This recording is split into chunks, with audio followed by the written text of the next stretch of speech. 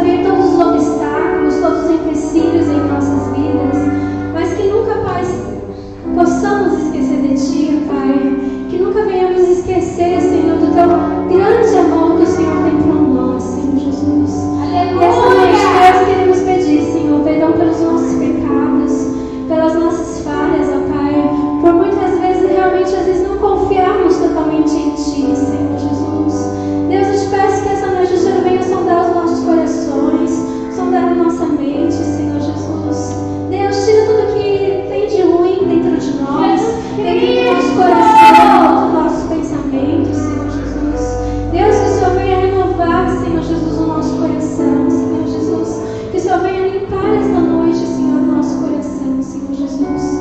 Que tudo que fizermos, Senhor, possa ser totalmente para a honra e glória do Teu nome. Porque foi para isso que o Senhor nos criou, Senhor Jesus. O Senhor nos criou a Sua imagem e a Sua semelhança, para juntos louvarmos e exaltarmos o Teu santo nome, Senhor. Então, Deus, que possamos ser espelhos de Ti, Senhor, aqui neste lugar, aqui nessa terra onde o Senhor nos colocou, Senhor Jesus. Que possamos ser luz e sal aqui neste mundo, Senhor. Possamos refletir a Tua luz, Senhor Jesus, na vida de cada pessoa, Senhor. São tantas pessoas que estão tão necessitadas de Ti, necessitadas do Teu amor, Senhor Jesus. Então usa, Deus, as nossas vidas, Deus, que possamos estar sempre prontos, sensíveis a ouvir a Tua voz, a ouvir a Tua vontade, Senhor Jesus. Coloque, Senhor, pessoas nos nossos caminhos, ó Pai, para que realmente possamos falar do Teu amor, falar da Tua palavra, Senhor. Transmitir, Senhor, tudo aquilo, Senhor, que é tão grandioso, que é o Teu amor, ó Pai, que é o Teu cuidado, Senhor Jesus. Pai, eu te louvo e te agradeço por tudo, Senhor Jesus. E eu te peço, Deus, que esta noite o Senhor receba o nosso louvor, a nossa adoração, Senhor. A palavra que vai ser pregada aqui também, Senhor Jesus. Te agradeço, Deus, por tudo e te peço mais uma vez perdão pelos nossos pecados, pelas nossas falhas, Senhor Jesus. Amém. Glórias a Ti, Senhor. A igreja pode se sentar.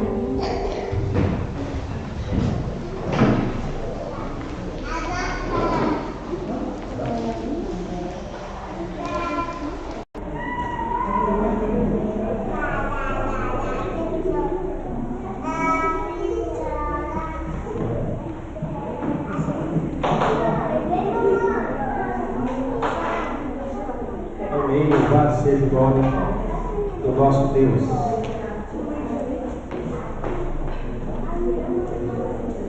A palavra de Deus nos diz que não devemos andar ansiosos por coisa alguma, mas antes, em tudo, devem ser conhecidas diante dele as nossas orações, com súplicas e ações de graças.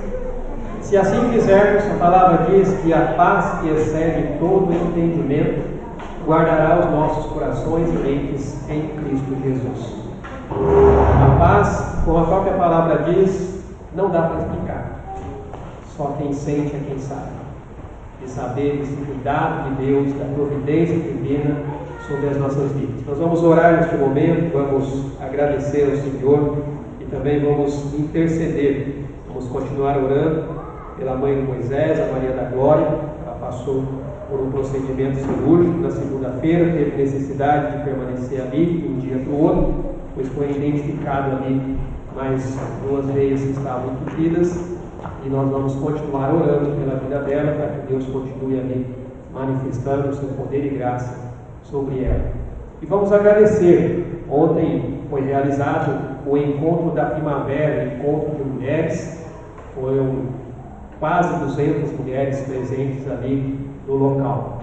Eu fiquei ali mais um apoio, Luciane, como parte da liderança, juntamente com as outras mulheres lá, ficaram aí na correria, troca mensagem, WhatsApp, liga, faz isso, faz aquilo, corre, faz não sei o que, pega o carro, vai para onde, uma correria, mas graças a Deus deu tudo certo. Tenho certeza que as mulheres que ali estiveram foram abençoadas. Tivemos um grupo aqui da igreja que esteve lá presente, tenho certeza que foram abençoadas pelo Senhor. E o pastor aqui pôde exercer mais uma das funções, como eu disse hoje pela manhã, além de pastor. Então eu sou pintor, sou eletricista, montador de móveis, e ontem eu procurei exercer ali o trabalho de manobrista de estacionamento também, auxiliando ali na guarda dos carros. Mas tudo isso para que as mulheres que estavam ali presentes pudessem realmente participar e ter um evento ali agradável. agraciado pelo Senhor. Então vamos agradecer todo esse evento que foi realizado, preparado ali para que essas irmãs pudessem estar sendo abençoadas. E se você tem, claro, também algo a colocar aí diante de Deus, faça isso nesse momento. Vamos orar, vamos interceder, vamos clamar a esse Deus que escuta e ouve e atende as nossas orações. Dentro do seu propósito e da sua vontade, Ele responde, para que o nome dele seja exaltado e glorificado em nossas vidas. Vamos orar? Ó Deus bendito, nós somos gratos. Gratos, ó Deus, pelo manifestar, ó Deus, da Tua misericórdia sobre as nossas vidas. Gratos pelo Teu cuidado. Gratos, ó Deus, pela Tua provisão. A cada instante, ó Deus, e a cada momento, o Senhor tem se mostrado e tem se revelado. Em cada detalhe. Por isso te louvamos e bendizemos o Teu nome. Te agradecemos, ó Deus, por esse encontro que foi realizado, ó Pai, na data de hoje. Esse evento, ó Deus, que foi preparado ali, ó Pai, com muito carinho, para que, ó Deus, as mulheres que estavam ali presentes fossem abençoadas com esse tempo de adoração, tempo de comunhão, e também, ó Deus, de ouvir, ó Deus, ó Pai, uma palavra para o seu coração. Obrigado por todos que estiveram ali envolvidos, ó Deus, para que esse trabalho fosse realizado, e todas que estiveram ali presentes, ó Deus, que foram com certeza abençoadas por Ti. Te agradecemos por isso, louvamos o Teu nome, ó Deus. Que os frutos que ali, ó Deus, sementes que ali foram, ó Pai, semeadas, derem frutos, ó Deus, para a glória do Teu santo nome. Também, ó Deus, continuamos intercedendo e orando, ó Pai, pela vida da Dona Maria da Glória, mãe de Moisés. Pedimos, ó Pai, que o Senhor continue cuidando, ó Pai, da vida dela, ó Deus, do seu coração, ó Pai. Em nome de Jesus, manifesta ali, ó Deus, o Teu poder, ó Pai, trazendo restauração, ó Pai, sobre a vida dela, ó Pai, em nome de Jesus. E também de tantos outros que necessitam, ó Deus, desse cuidado especial do Senhor. Do mover, ó Deus, do Teu Espírito Santo, trazendo, ó Pai, cura e restauração sobre as suas vidas.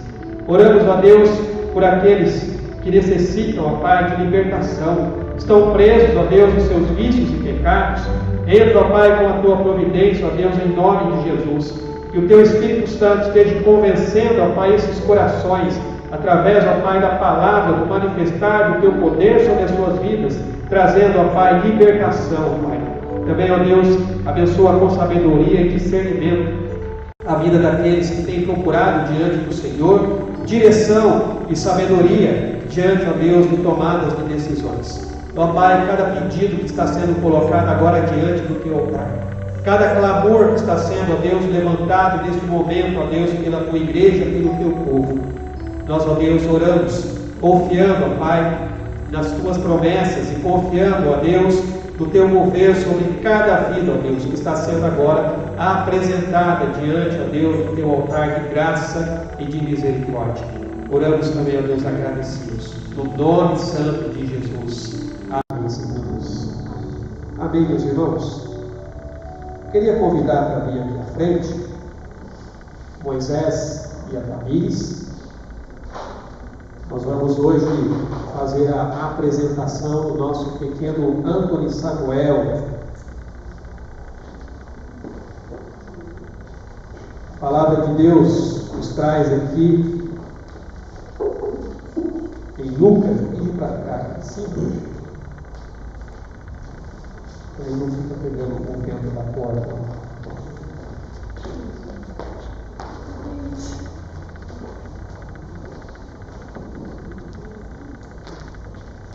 Lucas capítulo 2, verso 22 diz: passados os dias da purificação deles, segundo a lei de Moisés, levaram-no a Jerusalém para o apresentarem ao Senhor, conforme o que está escrito na lei do Senhor: todo primogênito ao Senhor será consagrado, para oferecer o sacrifício, segundo o que está escrito na referida lei, um par de rolas ou 2 pombinhos. Aqui faz referência à apresentação ali de Jesus, naquele tempo, quando se cumpriu ali os dias da purificação, conforme a lei de Moisés. Então eles apresentavam a criança diante de Deus. Nós não batizamos crianças, porque entendemos que o batismo é uma tomada de decisão, mediante algo que já aconteceu ali na vida da pessoa, pelo agir do Espírito Santo no seu coração, gerando nele um novo nascimento, para que ele realmente venha se tornar um filho de Deus. Então, uma criança, como o Antônio, ainda não tem a consciência plena para essa tomada de decisão. Então, nós não batizamos por conta disso, mas nós apresentamos a criança diante de Deus, para que Deus a guarde, para que Deus a proteja e para que ela cresça diante do Senhor e no temor do Senhor. Eu sempre faço referência aqui a Deuteronômio capítulo 6, onde traz justamente as obrigações que os pais têm para com seus filhos. Deuteronômio capítulo 6, a partir do versículo 4, diz: Ouve, Israel, o Senhor nosso Deus é o único Senhor. Amarás, pois, o Senhor teu Deus de todo o teu coração, de toda a tua alma e de toda a tua força. Estas palavras que hoje te ordeno estarão no teu coração. Tu as implicarás a teus filhos, e dela falarás assentado em tua casa e andando pelo caminho, e ao deitar-te e ao levantar-te. Também as atarás como sinal na tua mão, e te serão por frontal entre os olhos, e as escreverás nos umbrais de tua casa e nas tuas portas. Os pais têm a responsabilidade de criar os seus filhos no temor do Senhor. E eu louvo a Deus pela vida desse casal, Moisés e Tamires, porque ele já tem feito isso com o pequeno Antônio, esse cabelinho arrepiado dele, então belezinha, né? A Tamires até postou um vídeo, eu estava vendo lá, ela mostrando ali a Bíblia para o Antônio. Claro que uma Bíblia cheia de figuras, porque ele não entende as palavras, mas é interessante você ver a interação dele ali com as imagens. A gente vê só um vídeo, mas quem estava lá presente vai poder falar bem mais a respeito. Mas a criança já está interagindo com aquelas imagens que ela está vendo. E hoje de manhã, conversando com o Moisés, é justamente isso já vai ficando guardado na memória dessa criança. E no momento em que ela começar ali a ter um entendimento, com certeza essa lembrança virá. Talvez ela não terá como saber quando foi que isso aconteceu, mas com certeza vai estar lá, na memória dela, guardada a palavra de Deus. E eu louvo a Deus pela vida desse casal, que já desde pequeno tem ensinado o Antônio a andar realmente em temor diante de Deus, a crescer, como diz a palavra, em graça, em sabedoria e em estatura diante de Deus e também dos homens. Então eu quero convidar a igreja a ficar de pé neste momento, e nós vamos estender as mãos sobre a vida do Antônio, sobre a vida desse casal, abençoando e apresentando então a vida dessa criança diante de Deus, para que ela continue crescendo, saudável, com saúde, tanto física, emocional, mas principalmente espiritual. Então estenda as tuas mãos para cá e vamos abençoar, vamos realmente colocar a vida do Antônio e a vida desse casal diante do Senhor. Ó Pai, nós louvamos o Teu nome, Senhor, e Te agradecemos pelo fruto deste relacionamento. Obrigado, ó Deus, pela vida do Antônio, Deus. A alegria que o Senhor trouxe, ó Pai, a vida do Moisés e da Tamires. Te louvamos, ó Pai, louvamos o Teu nome pelo cuidado que o Senhor tem tido, ó Deus, para com esta família, ó Deus. Obrigado, ó Deus, pela vida do Moisés, ó Deus. Obrigado pela vida da Tamires. Obrigado, ó Deus, pela vida do Antônio, ó Deus, que já tem sido, ó Pai, ensinado a andar, ó Deus, nos caminhos do Senhor, a estar, ó Pai, diante da presença do Senhor. Abençoa, Senhor, a vida dessa criança. Nós a apresentamos neste momento, ó Pai, diante do Teu altar, ó Deus, ó Pai, a vida do Antônio. Pedimos, ó Pai, que o Teu Espírito Santo, ó Pai, esteja guardando, ó Deus, e protegendo, ó Pai, a vida, ó Pai, dessa criança. Neste mundo, ó Deus, corrompido pelo pecado, diante de tanta maldade e influência, ó Deus, que está sendo colocada, ó Pai, sobre a vida dos nossos filhos, nós pedimos que o Senhor esteja, ó Pai, abençoando, ó Deus, e que, ó Deus, o Antônio continue crescendo em graça, sabedoria e estatura, ó Pai, diante do Senhor.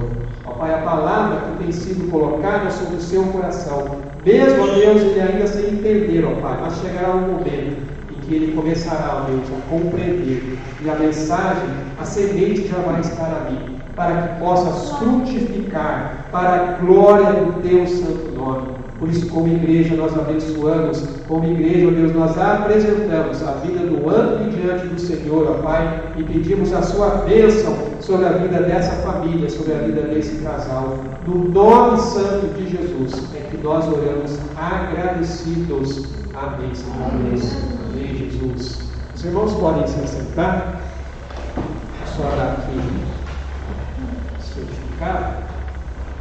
Só fazer a pose para ficar bonito na foto.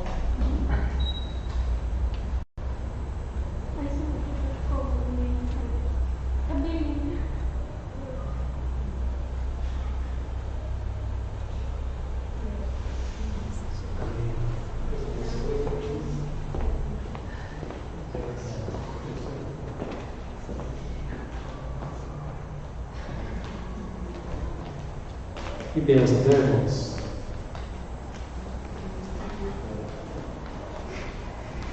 Tem muitos frutos vindo por aí, viu? Tem mais frutos vindo pela bênção do Senhor. Quero convidá-los a abrirem suas Bíblias. Evangelho de Marcos, capítulo 2. Nós estamos trabalhando aqui esta série de mensagens do Evangelho de Marcos, conhecendo a vida e o ministério de Jesus. Marcos capítulo 2, hoje nós vamos ver aqui sobre a cura de um paralítico em Cafarnaum. A partir do verso 1 até o versículo 12, a palavra diz assim: Dias depois, entrou Jesus de novo em Cafarnaum, e logo correu que ele estava em casa. Muitos afluíram para ali, tantos que nem mesmo junto à porta eles achavam lugar, e anunciavam-lhes a palavra. Alguns foram ter com ele, conduzindo um paralítico, levado por 4 homens. E não podendo aproximar-se dele por causa da multidão, descobriram a poeirada do ponto correspondente ao que ele estava, e fazendo baixaram o leito em que já era noite. Vendo-lhe a fé, Jesus disse ao paralítico: Vendo-lhes a fé, Jesus disse ao paralítico: Filho, os teus pecados estão perdoados.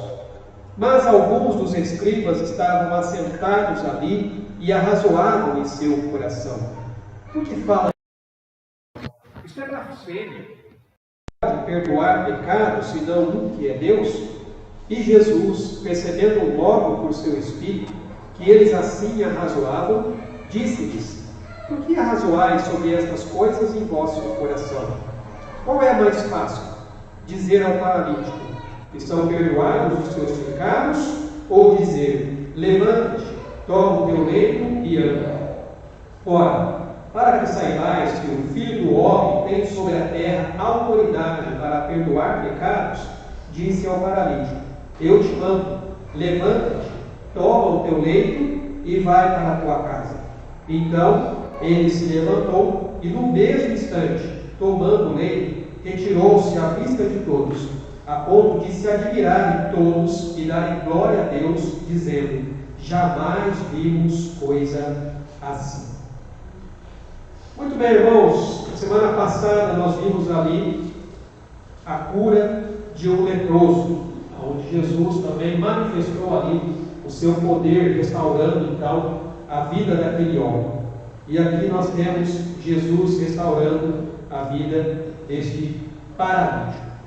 O que nós percebemos ali é que, depois de Jesus passar ali um tempo pregando e ensinando em várias sinagogas por toda a Galileia, conforme está aqui no versículo 39 do capítulo 1, então foi por toda a Galileia, pregando nas sinagogas deles e expelindo os demônios. Depois de Jesus ter curado um leproso, como nós vimos na semana passada, aonde a notícia ali se espalhou de tal maneira que ficou impossível de Jesus entrar publicamente em qualquer cidade, ele agora volta para a cidade de Cafarnaum, cidade em que ele havia estabelecido ali a sua residência. Alguns acreditam que talvez seja possível que a casa aqui seja a de Pedro, mas o fato é que ele tinha voltado para a cidade. E em qualquer caso aqui, Jesus, ele foi para casa e mais uma vez, uma grande multidão se ajuntou para ouvi-lo ensinar e para vê-lo então realizar as suas obras poderosas. Era uma espécie ali de partidos que haviam, seitas e religiões, eles entram em acordo para perseguir e matar Jesus. Então ali há um mover desses grupos, mesmo eles não compartilhando, vamos dizer assim, da mesma ideia, mas eles se juntam para tentar então matar, perseguir e matar Jesus. Nós vemos aqui no versículo 6 do capítulo 2: mas alguns dos escribas estavam assentados ali e arrazoavam no seu coração, porque fala ele deste modo. Isto é blasfêmia. Quem pode perdoar pecados senão um, que é Deus? E lá no versículo 16 desse mesmo capítulo diz assim: os escribas dos fariseus, vendo-o comer em companhia dos pecadores e publicanos, perguntavam aos discípulos dele: por que come e bebe ele com os publicanos e pecadores? No versículo 24 do capítulo 2, advertiram-lhe os fariseus: vê, porque fazem o que não é lícito aos sábados. No capítulo 3, versículo 6, diz assim: retirando-se os fariseus, conspiravam logo com os herodianos contra ele, em como tirariam a vida. E no verso 22, os escribas que haviam descido de Jerusalém diziam: ele está possesso de Beelzebul, e é pelo maioral dos demônios que expele demônios. Então aqui há agora um complô contra Jesus, não mais por parte do diabo e seus demônios, mas por parte daqueles líderes religiosos. E como já era de se esperar, ao se espalhar ali então a notícia de que Jesus havia retornado à cidade de Cafarnaum, uma multidão imediatamente começou ali a se juntar e a se formar.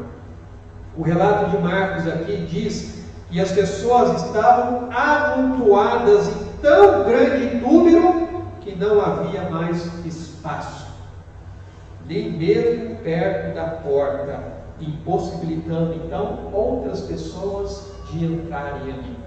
Por isso que Jesus havia se afastado. Ele não entrava mais publicamente na cidade, porque sempre se ajuntava ali um grupo de pessoas e possivelmente isso impediria que muitos pudessem realmente ouvi-lo. Mas aqui, ao saberem que ele havia voltado, novamente se junta essa multidão. E como sempre, as multidões consistiam principalmente de espectadores curiosos e também, é claro, de pessoas que estavam ali em busca de milagres. Afinal de contas, eles já haviam visto Jesus realizando muitos milagres. E havia também alguns seguidores interessados nos ensinos de Jesus. Mas essas pessoas, com certeza, representavam uma pequena minoria. A maior parte das multidões permanecia espiritualmente indiferente à mensagem de arrependimento. Eram levadas muito mais pela curiosidade, fascinadas com as suas obras sobrenaturais, mas estavam pouco realmente dispostas a abraçar os ensinos de Jesus. Então eles estavam indo atrás de Jesus, não era pela mensagem, mas era pela cura, era pelos milagres que Jesus realizava, por aquilo que Jesus poderia fazer ali por eles. E é claro que entre esses estavam também os religiosos ali da época, não em busca de cura, mas sim para confrontar Jesus. E apesar de tal apatia espiritual e resistência por parte dessas pessoas, Jesus continuou pregando para as multidões, Sabe por quê? Porque ele sabia que em meio àquela multidão estavam os eleitos de Deus, aqueles a quem Deus havia escolhido e que com certeza iriam ser tocados pelo Senhor, conforme nos diz aqui o evangelista João. João aqui, capítulo 6, Jesus é muito enfático em relação a isso. João 6, versículo 37 diz assim: todo aquele que o Pai me dá, esse virá a mim, e o que vem a mim, de modo nenhum o lançarei fora. E também no verso 44: ninguém pode vir a mim se o Pai que me enviou não o trouxer, e eu o ressuscitarei no último dia.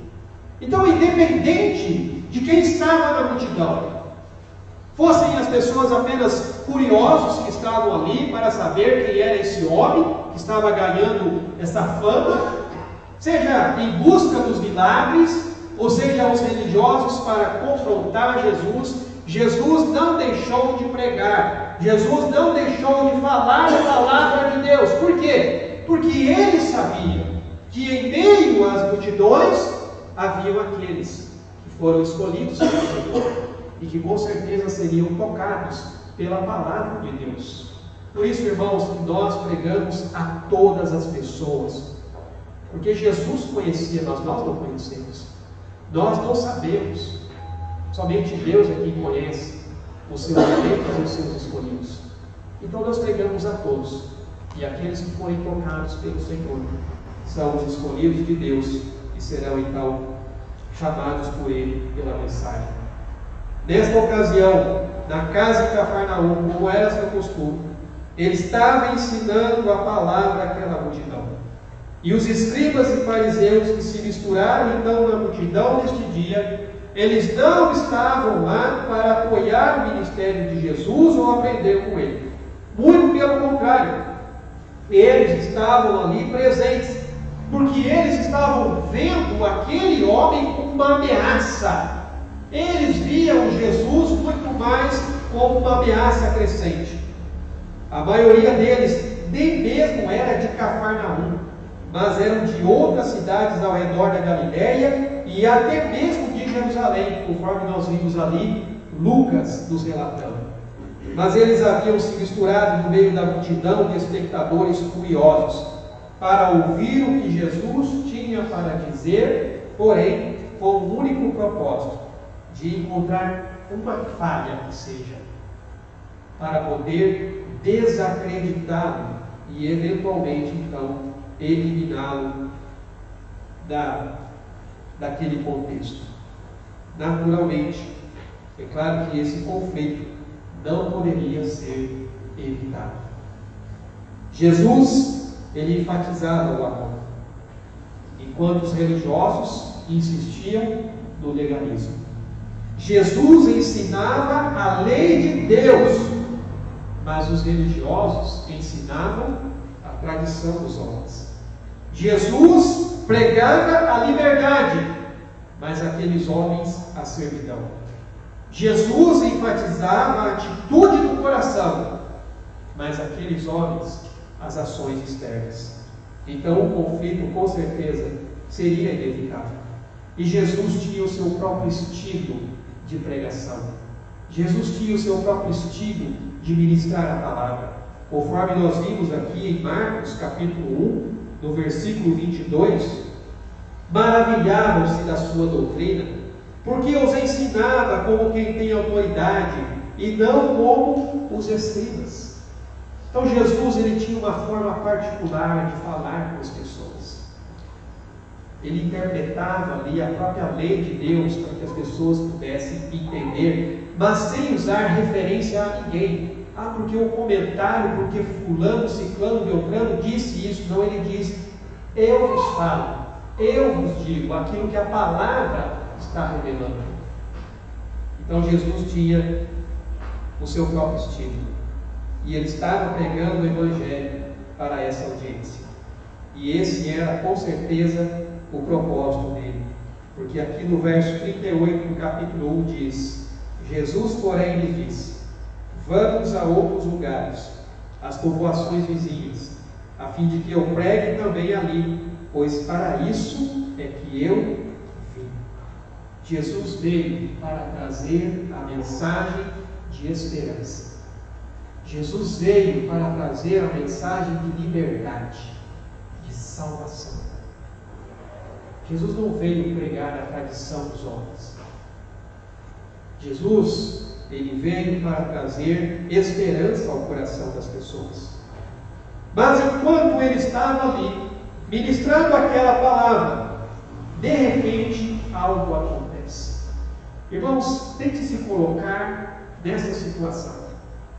Jesus dentro daquele recinto, um apinhado de gente ali dentro do recinto e fora daquele ambiente também, todos querendo ouvi-lo, e de repente começa-se a ouvir um barulho. Eu fico imaginando como se fosse os farelos caindo assim do teto ali. E as pessoas começaram a olhar: o que está acontecendo aqui? Será que o telhado vai desabar aqui em cima da gente? Será que a casa vai vir abaixo? Enquanto ele estava pregando, algo aconteceu. Um barulho vindo do teto provoca uma interrupção.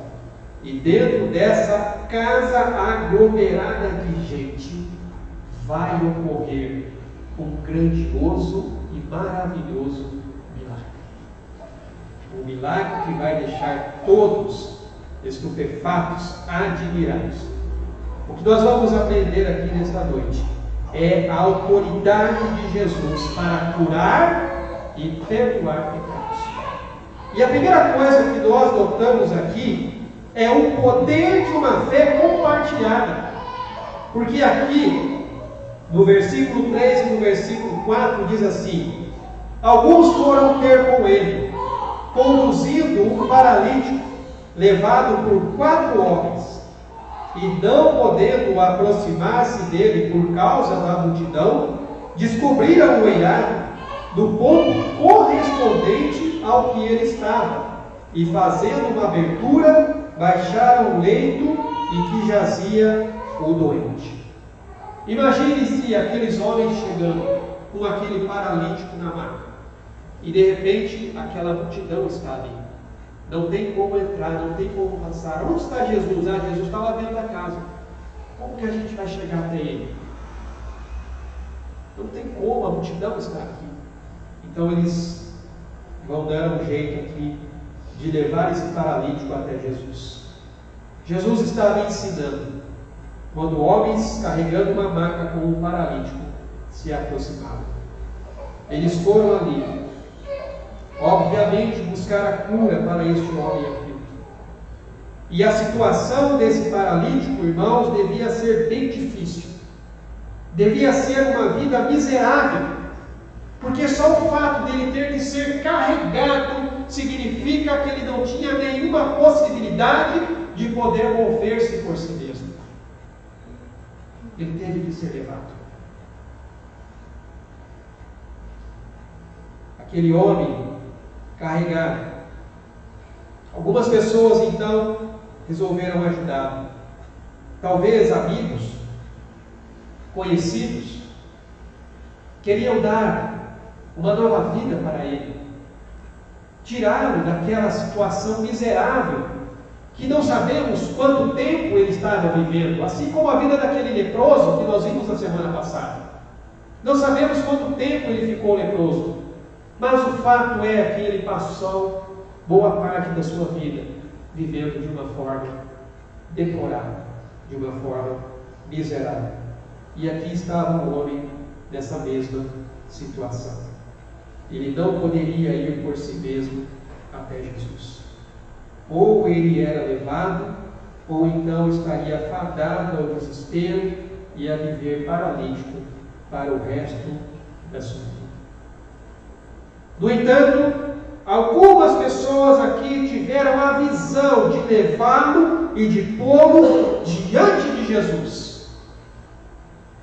Eles compreenderam que se aquele paralítico fosse colocado diante de Jesus, ele seria curado e liberto do seu mal. Mas por causa daquela multidão à porta da casa, eles não puderam entrar. Irmãos, talvez aqueles homens pudessem pensar assim: olha, vamos voltar uma outra hora. Vamos voltar uma outra oportunidade, talvez para um lugar onde a gente consiga um acesso melhor até Jesus. Um lugar onde seja mais amplo e a gente consiga levar este homem paralítico até ele. Eles podiam ter feito isso.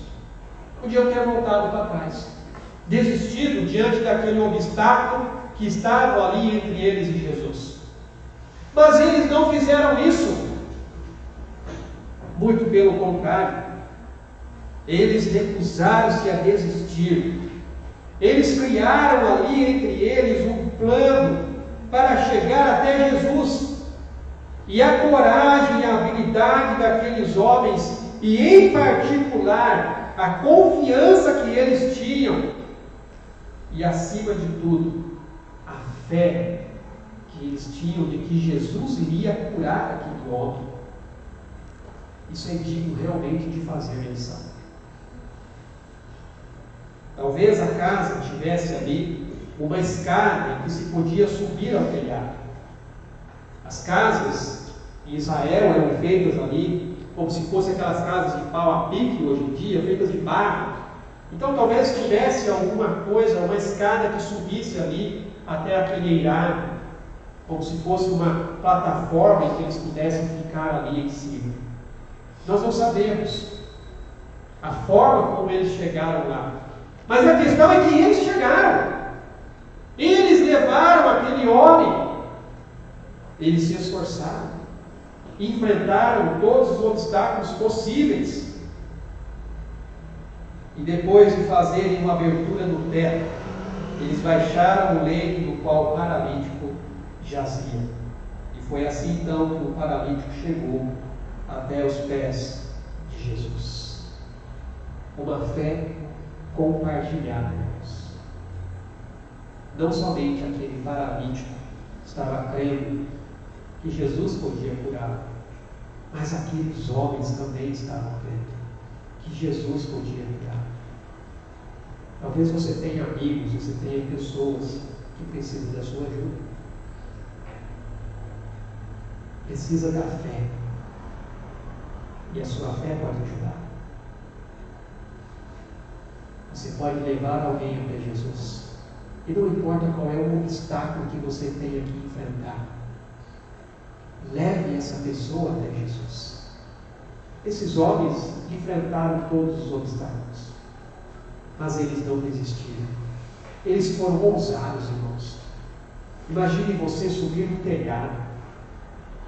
Tirar ali, porque como era feito de barro, então eles foram ali desmanchando aquele telhado. E é interessante que o texto vai dizer que eles baixaram o homem exatamente aonde estava Jesus. Aonde estava Jesus? Eles conduziram aquele homem diretamente a Cristo. E Deus nos dá a oportunidade muitas vezes de poder conduzir pessoas diretamente a Cristo.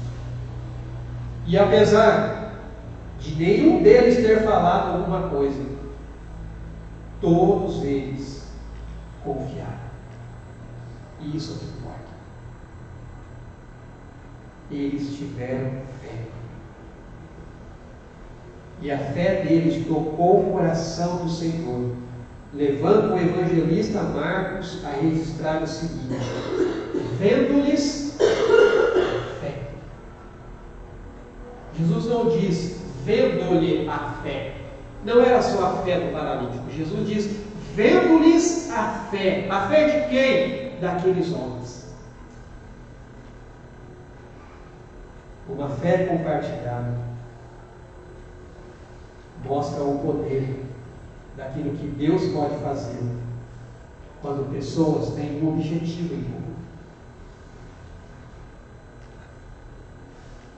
Uma coisa que nós também podemos notar aqui é que havia uma cura necessária para este homem. O verso 5 mesmo vai dizer: vendo-lhes a fé, Jesus disse ao paralítico: filho, os teus pecados estão perdoados. Irmãos e irmãs, todos os que estavam naquele recinto, eles podiam ver a necessidade física daquele homem. Afinal de contas, você vai levar um paralítico até Jesus. O que você espera que Jesus faça? Que o cure da sua paralisia? E de repente, o que Jesus faz? Filho, os teus pecados estão perdoados. Todos ali já haviam presenciado Jesus curando outras pessoas, levantando paralíticos. Talvez esse fosse mais um que Jesus teria curado. Mas havia algo a mais que esse homem necessitava. Havia algo a mais que esse homem precisava. E quando todos podiam ver a necessidade física daquele homem, somente Jesus percebeu a sua mais profunda necessidade. O maior problema que aquele paralítico tinha, obviamente, que aquele homem queria sim a sua restauração física, mas Jesus sabia que ele precisava muito mais do que isso. E Jesus então abordou a questão mais grave em primeiro lugar. Irmãos, por mais chocante e dramática que tenha sido ali a entrada daquele homem através do telhado, a declaração de Jesus foi ainda mais surpreendente. Por mais espantoso que tenha sido ver aquele homem sendo descido ali por aquele telhado, muito mais surpreendente foi o que Jesus disse para ele: filho, os teus pecados estão perdoados.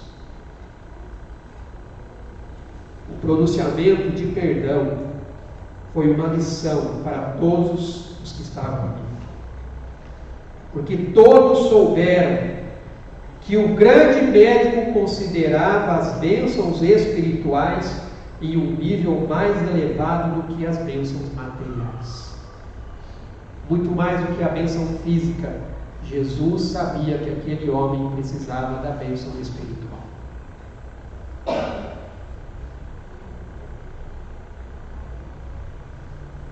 Jesus, além de afirmar que possuía autoridade, ou seja, que ele tinha o direito e poder de curar o corpo, ele também tinha a autoridade de curar a alma. E assim como no caso do leproso, como nós vimos, muitos geralmente associavam que a situação daquele homem poderia ser resultado de pecados, já que a teologia da época associava a maior parte das doenças como um castigo e uma maldição de Deus. Nós vemos aqui, por exemplo, em João, capítulo 9, no verso 1 e 2, diz assim: caminhando Jesus, viu um homem cego de nascença, e os seus discípulos perguntaram: mestre, quem pecou, este ou seus pais, para que nascesse cego? Então, havia um pensamento ali de que toda enfermidade, toda doença era proveniente de um pecado. A pessoa estava em pecado, estava amaldiçoada por Deus. Mas a maior necessidade que realmente a humanidade pecadora precisa é de perdão. Essa é a necessidade que as pessoas realmente precisam: serem perdoadas. Sabe por quê? Porque esse é o único meio de serem reconciliadas com Deus. O único meio que o homem tem de receber a sua reconciliação com Deus é através do perdão concedido em Jesus. Isso traz bênção, não somente nesta vida, mas também para a vida eterna. E reconhecendo a fé genuína do homem e a sua necessidade de salvação, Jesus, então, compassivamente e com autoridade, perdoou o seu pecado. Irmãos e irmãs, perdão completo foi concedido pela graça divina. Além de qualquer mérito ou retidão de obras que talvez aquele homem pudesse ter na vida, o que ele recebeu ali foi a graça do Senhor. O que ele recebeu ali foi a misericórdia de Deus sobre a sua vida.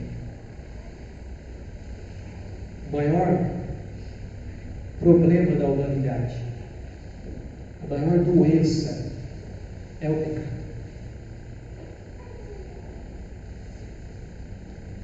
Porque ele mata tanto o corpo como pode destruir a alma. Irmãos, o pecado nos separa de Deus, não somente nesta vida, mas por toda a eternidade.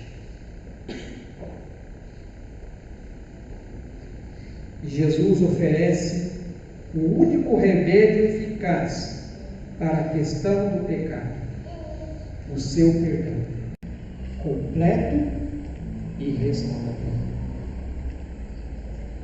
A única solução para o homem é o perdão concedido em Cristo Jesus. Romanos, capítulo 5. Romanos 5, do versículo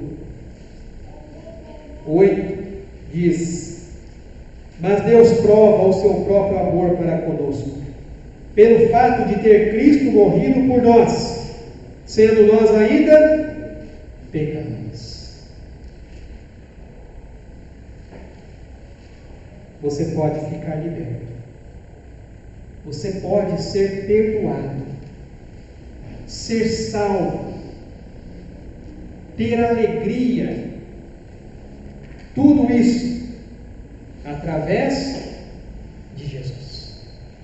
Não existe outro que pode trazer alegria, cura, restauração e perdão para a sua vida.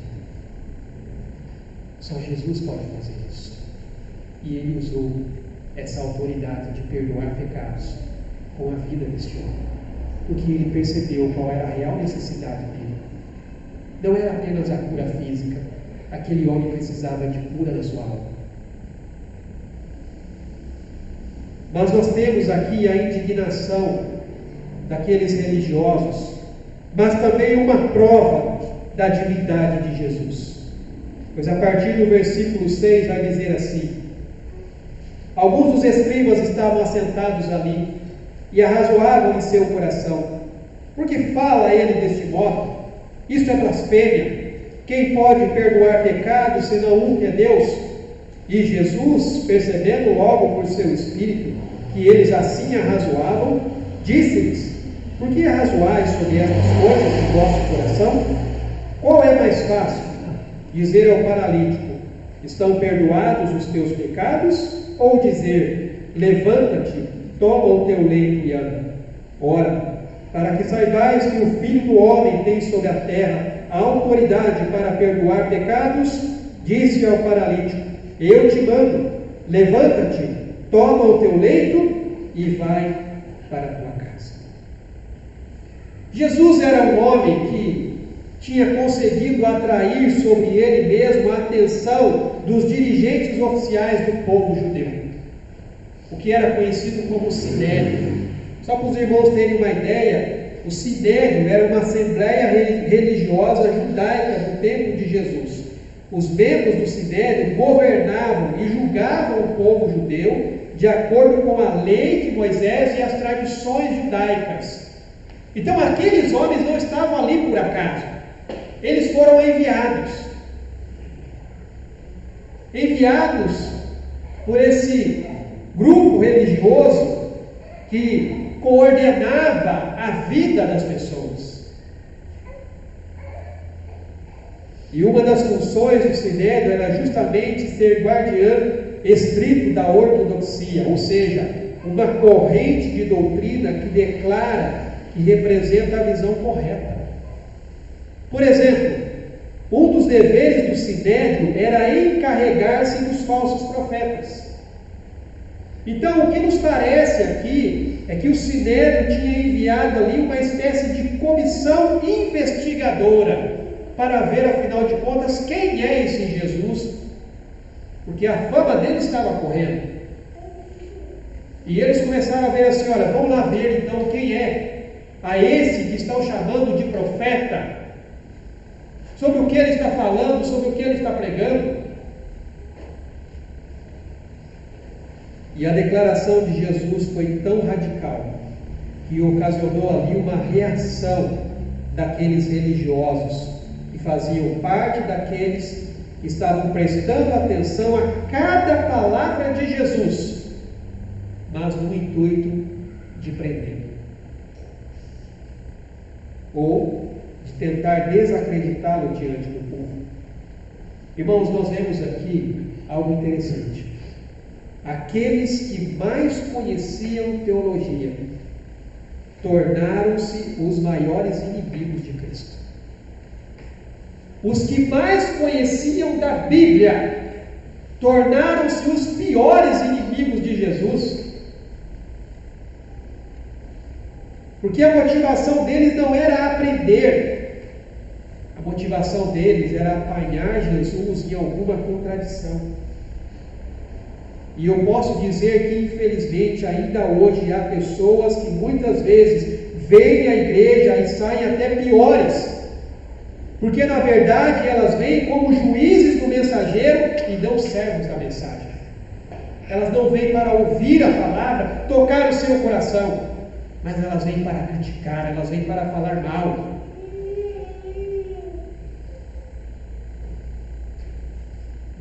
Uma das ideias essenciais da fé judaica era que somente Deus podia perdoar os pecados. E nisso eles não estavam errados. Eles estavam certos. Somente Deus é que pode perdoar pecados. E o homem que pretendesse ter esse poder, ele estava insultando a Deus. Era sim uma blasfêmia. E sabe qual é o castigo da blasfêmia? Morte por apedrejamento. Esse era o castigo. Aqui em Levítico, capítulo 24, versículo 16, diz assim: aquele que blasfemar o nome do Senhor será morto. Toda a congregação o apedrejará, tanto o estrangeiro como o natural. Blasfemando o nome do Senhor, será morto. Mas é interessante que Jesus conhecia o coração deles. Irmão, só Deus é onisciente. E a palavra diz que Jesus sabia o que eles estavam pensando. Porque a ideia aqui, irmãos, não é que eles começaram a falar, eles estavam ali arrazoando em seus corações, eles estavam pensando: quem esse cara pensa que é? Só Deus é que pode perdoar pecados, é blasfêmia o que ele está fazendo. E antes mesmo que eles pudessem expressar alguma coisa, Jesus já se adianta. Jesus já vai ali, conhecendo os seus corações, e se adianta para mostrar a sua autoridade para perdoar os pecados, por meio também de uma ação que somente Deus poderia fazer. Porque qualquer enganador podia chegar ali e dizer assim: ó, os seus pecados estão perdoados. Mesmo que fosse uma blasfêmia, qualquer um poderia chegar ali e dizer isso. Os seus pecados estão perdoados. Não haveria ali uma forma de demonstrar se as palavras seriam verdadeiras ou não. Então Jesus decide que, se como os escribas pensavam, um milagre na esfera física era necessário para provar a sua autoridade, ou seja, o seu direito e poder do reino espiritual, então eles veriam o milagre. Então Jesus, para provar que ele tinha autoridade para falar o que ele falou e provar que aquilo é uma verdade, Jesus cura aquele homem.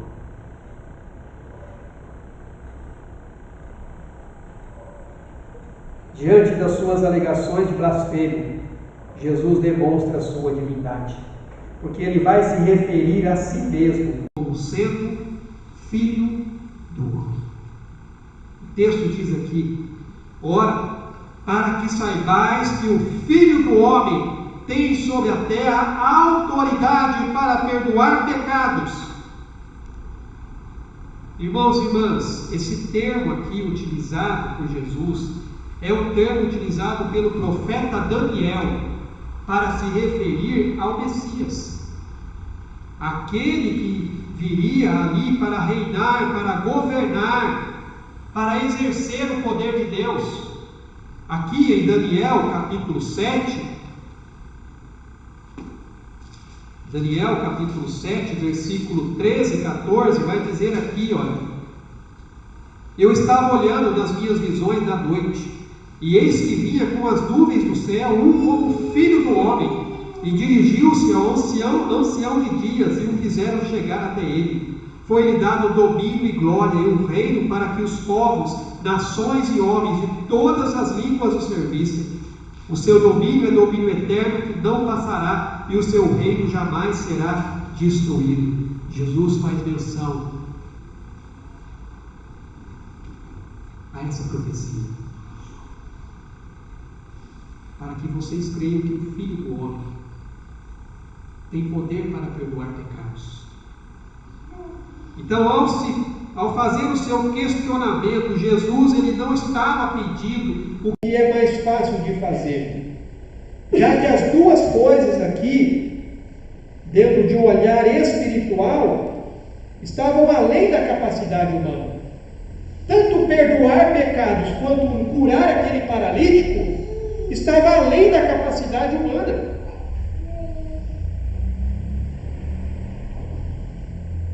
Então Jesus não estava pedindo ou dizendo para eles o que é mais fácil. Ele estava perguntando o que é mais fácil para reivindicar como uma realidade convincente quem ele era. Então o que Jesus na verdade está dizendo: olha, para provar a vocês que eu sou o Messias prometido, então eu digo a esse homem: pega o teu leito, levanta-te e vai para a tua casa.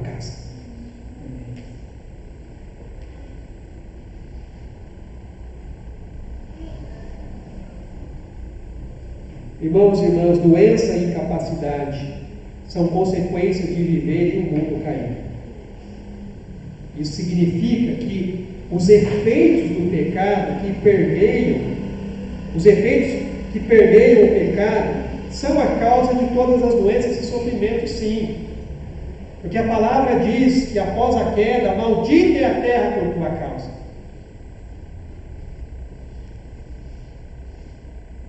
Mas ao curar o paralítico, em demonstração do seu poder sobre o efeito do pecado, Jesus provou sua autoridade para perdoar os seus pecados. Então Jesus não lidou apenas com a causa em si, uma raiz do problema, mas também lidou com os seus efeitos. Jesus diz: olha, os teus pecados estão perdoados. Ele foi direto na raiz. Ele foi direto ali no problema central. Mas ele também lidou com os efeitos que o pecado pode trazer sobre a vida de uma pessoa. Quando ele diz assim: olha, pega o teu leito, levanta-te, vai para a tua casa.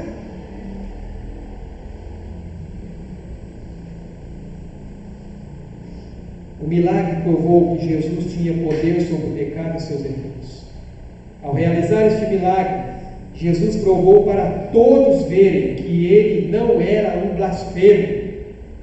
Então, se ele não era um blasfemo, ele só poderia ser Deus. Porque só Deus pode perdoar pecados e só Deus pode curar uma pessoa na situação que aquele homem se encontrava.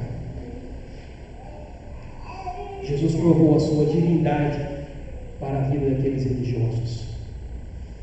que somente Deus podia fazer o que ele fez. E o que acontece então? Uma única coisa, como sempre acontece depois que Jesus realiza os seus milagres. Verso 12. Então ele se levantou e no mesmo instante, tomando o leito, retirou-se à vista de todos, a ponto de se admirarem todos e darem glórias a Deus, dizendo: jamais vimos coisa assim. Irmãos, sempre que Jesus curou alguém, a pessoa experimentava uma recuperação completa e imediata. Como nós vimos no caso do leproso, o texto diz que imediatamente ele foi curado da sua lepra. E novamente aqui, o texto diz que após Jesus dizer a ele aqui: levanta-te, toma o teu leito e vai para a tua casa, então ele se levantou e no mesmo instante tomou o seu leito e foi para casa. Não houve um período ali de tratamento, de recuperação. Na hora, o milagre aconteceu. Todos os que são tocados por Jesus, o milagre é imediato.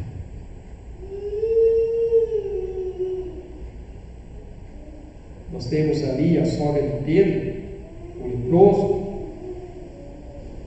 No momento que as palavras saíram da boca de Jesus, o homem recuperou a sensação. O homem recuperou a função e a força total em cada parte do seu corpo. Irmãos, aquele homem chegou ali carregado. Ele não podia andar, ele não podia se movimentar. Talvez a situação dele ali fosse realmente uma situação de impossibilidade completa, ao ponto dele ter que ser levado por aquelas pessoas. Mas ele sai dali completamente restaurado, curado, mas principalmente perdoado.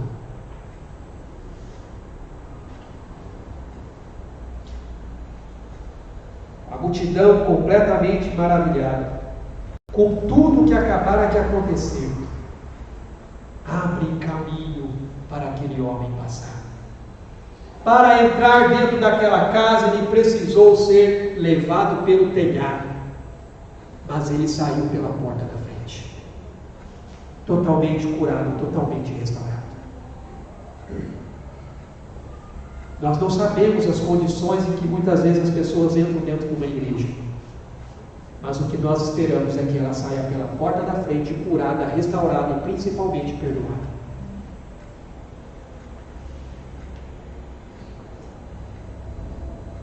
De acordo com Lucas, no seu relato, o paralítico, ou o ex-paralítico, foi para casa glorificar a Deus, porque agora ele não só tinha o seu corpo curado, mas também os seus pecados perdoados. E ao contrário dos religiosos, a multidão com espanto e com terror. E a palavra nesse contexto aqui, irmãos, significa literalmente que eles ficaram boquiabertos com tamanho feito. Embora para a maioria naquela multidão, talvez essa resposta ainda fosse fruto de uma fé muito superficial, mas uma coisa é clara: eles viram Deus realizar milagres. Eles passaram a saber quem é Jesus. Jesus é Deus. Ele tem poder para curar. Ele tem poder para restaurar e para perdoar os nossos pecados. Jesus revela-se como Messias, realizando aqui visivelmente a cura física do paralítico, mas também concedendo a ele o perdão dos seus pecados. Irmãos, nós podemos dizer que foi realizada a cura da alma daquele pobre homem, porque sendo liberto da enfermidade física que muito o atormentava e que provavelmente o fazia sofrer, ele também foi liberto da enfermidade, da sua impotência e o seu desvalor, que a sua própria condição também o afligia. E este episódio então nos mostra Jesus realizando uma obra que vai além das expectativas. Por isso que aquelas pessoas ficaram assim, de queixo caído, boca aberta, nunca vimos nada igual.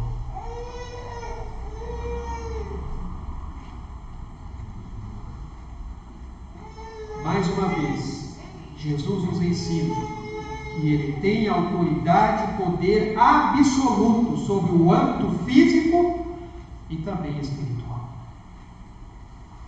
Irmãos, neste relato, nós vimos que a fé, quando ela é compartilhada com o mesmo objetivo, ela produz resultados. Aqueles homens levaram aquele paralítico até Jesus, porque eles criam que Jesus poderia curar. E Jesus deu muito mais do que eles esperavam.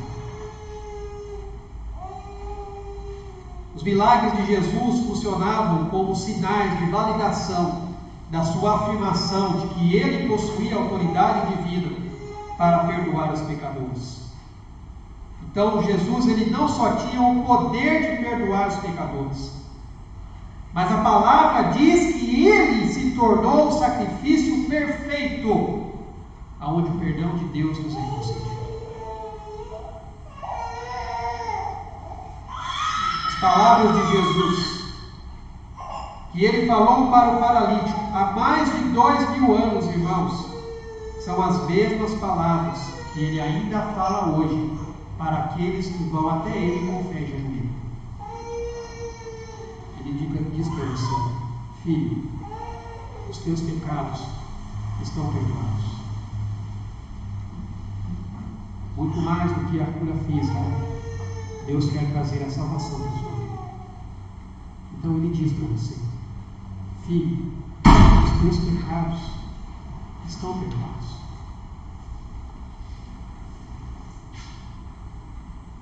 O maior benefício que Jesus oferece é o perdão dos pecados. E ele fez o perdão possível através da sua morte na cruz.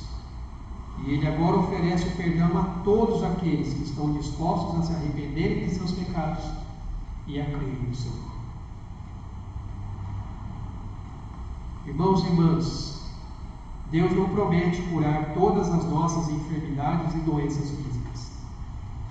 Mas uma coisa você pode ter certeza: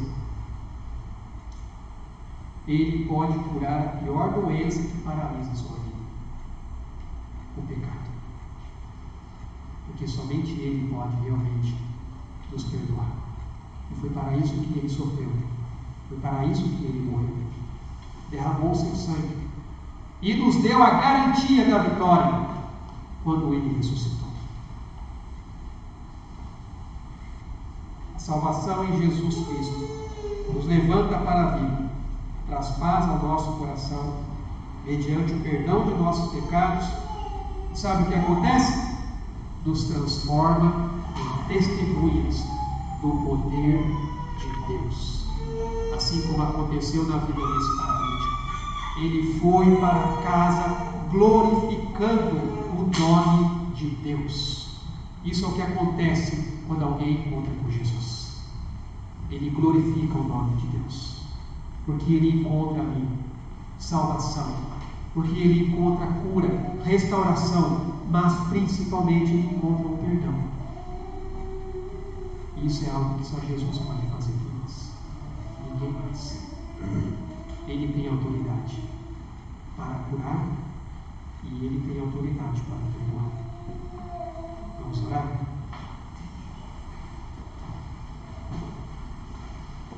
Deus, mais uma vez, ó Pai, nós te louvamos pela tua palavra.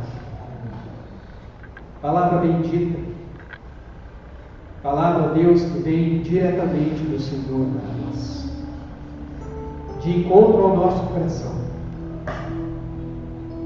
Quando nós olhamos, ó Pai, a vida de Jesus, o seu ministério enquanto esteve aqui na terra, quantas pessoas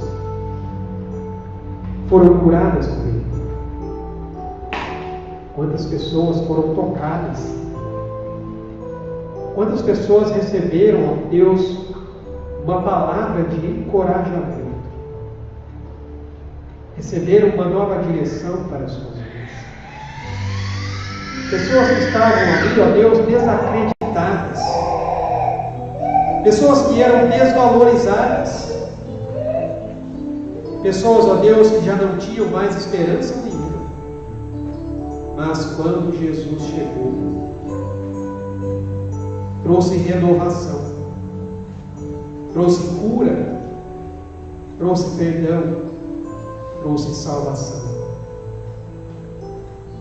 Te louvamos, ó Pai, porque em Cristo, o Senhor, ó Deus, nos concedeu o perdão dos nossos pecados. Aquilo que nos afastava do Senhor.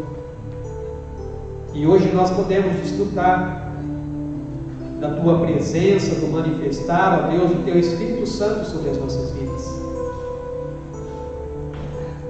Ó Pai, em nome de Jesus, que o Senhor continue manifestando o Teu poder.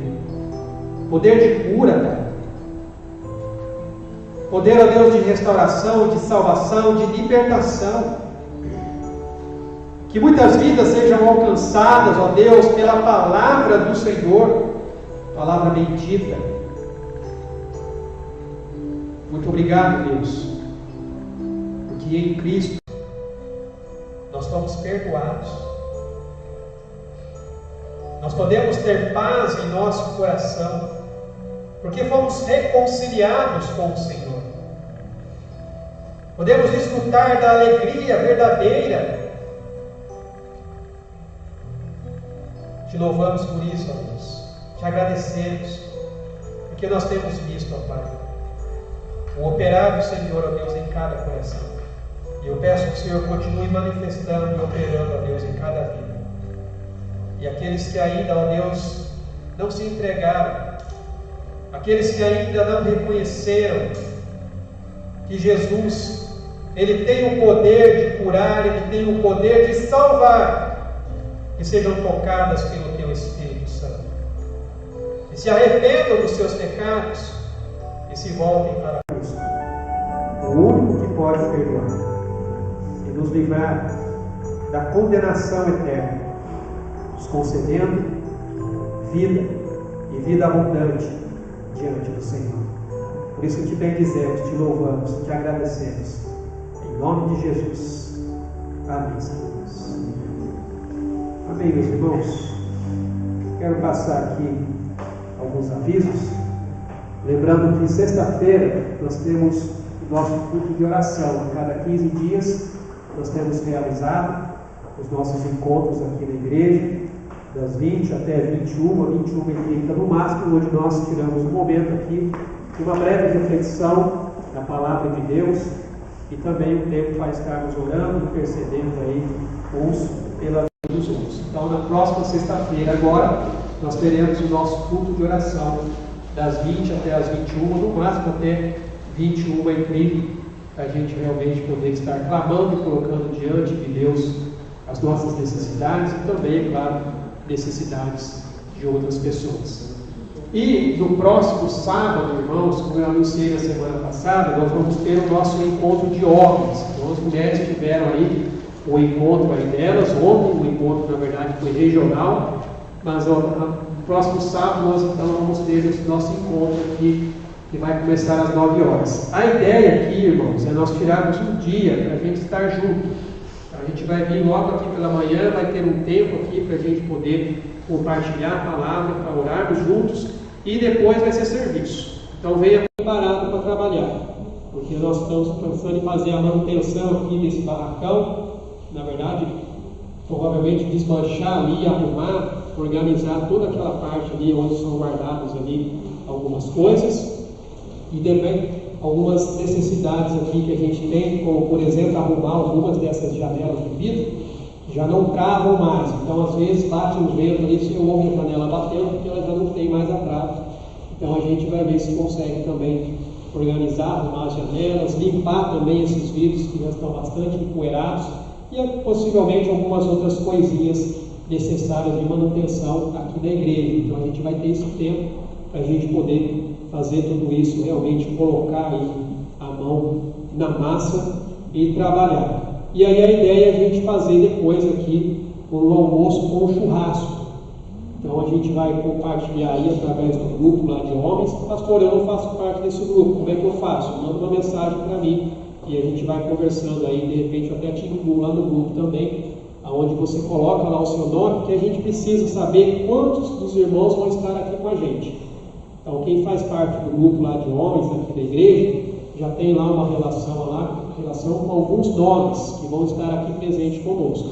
A gente precisa saber até no máximo quinta-feira quantas pessoas vão estar aqui no sábado, para a gente poder se organizar aí com a compra, com refrigerante, suco e possivelmente com a carne também, para a gente poder um tempo aqui também de comunhão aí diante do Senhor. Você está convidado então a estar presente conosco. Pastor, eu não posso ficar o dia inteiro, pastor, como é que eu faço? O ideal é que você venha passar o dia com a gente, mas se você não pode, eu só posso na parte da manhã, então vem de manhã. Eu só posso na parte da tarde, então venha à tarde. O importante é que você venha e tenha esse tempo com a gente. A ideia é passar realmente, possivelmente a parte da manhã e um período aqui da tarde, fazendo todo esse trabalho, todo esse serviço aí de manutenção e arrumação aqui da igreja. E aí qualquer informação a mais, a gente tem um grupo lá de homens aqui da igreja, ou pode mandar também no particular, que a gente vai estar respondendo ali. Eu acho que são essas informações, né, Rafael? Que a gente tem para passar. Então venha preparado, né, irmãos? Venha com uma roupa aí que você vai depois se sujar um pouquinho também. Então já venha preparado. Mas não se preocupa, também vai ter depois aí um churrasquinho para a gente poder aproveitar esse tempo juntos, tá bom? E sempre lembrando também da nossa escola bíblica dominical, tem acontecido aqui todos os domingos, às 9h30 da manhã, onde nós estamos aprendendo também sobre a história do discipulado, o que é realmente ser um discípulo de Jesus. E no próximo domingo será domingo de café da manhã, então começa às 9h e 9h30 nós começamos então a nossa escola bíblica dominical. Convido você também a estar conosco aqui, participando desse tempo de aprendizado, de crescimento diante do Senhor. Eu até compartilhei um artigo nas redes sociais e também no grupo das 7 sobre a escola bíblica dominical na igreja perseguida. Então a gente tem vários países, irmãos, onde a igreja é perseguida e eles têm escola dominical. E muitas vezes eles não têm os recursos que nós temos aqui. Eles não têm, às vezes, nenhum local para poder se reunir. Mas eles participam, eles estão lá presentes, porque eles sabem da importância de estar ali aprendendo e crescendo na palavra do Senhor. Ok? Vamos nos colocar de pé, vamos orar, agradecer a Deus por esse tempo que nós passamos. Ó Pai, muito obrigado, meu Deus, por este culto, este tempo, ó Pai, que nós passamos adorando, louvando o Teu nome, orando e principalmente, ó Deus, ouvindo o Senhor falar, ó Deus, aos nossos corações através da Tua palavra. Te agradecemos por isso. Que tenhamos, ó Deus, uma semana abençoada pelo Senhor, ó Pai, sendo direcionados pelo Teu Espírito Santo em cada situação, em cada momento, em cada circunstância da nossa vida, Deus. E que a graça de Deus, o nosso Pai, o amor de Deus, o Filho, e as ricas consolações do Teu Espírito Santo sejam com a Tua igreja que se reúne aqui neste local e em toda a face da terra, até aquele grande dia, o dia em que nós estaremos para sempre com o Senhor. Em nome de Jesus. Amém. Deus abençoe, irmãos. Tenha uma semana na presença do Senhor.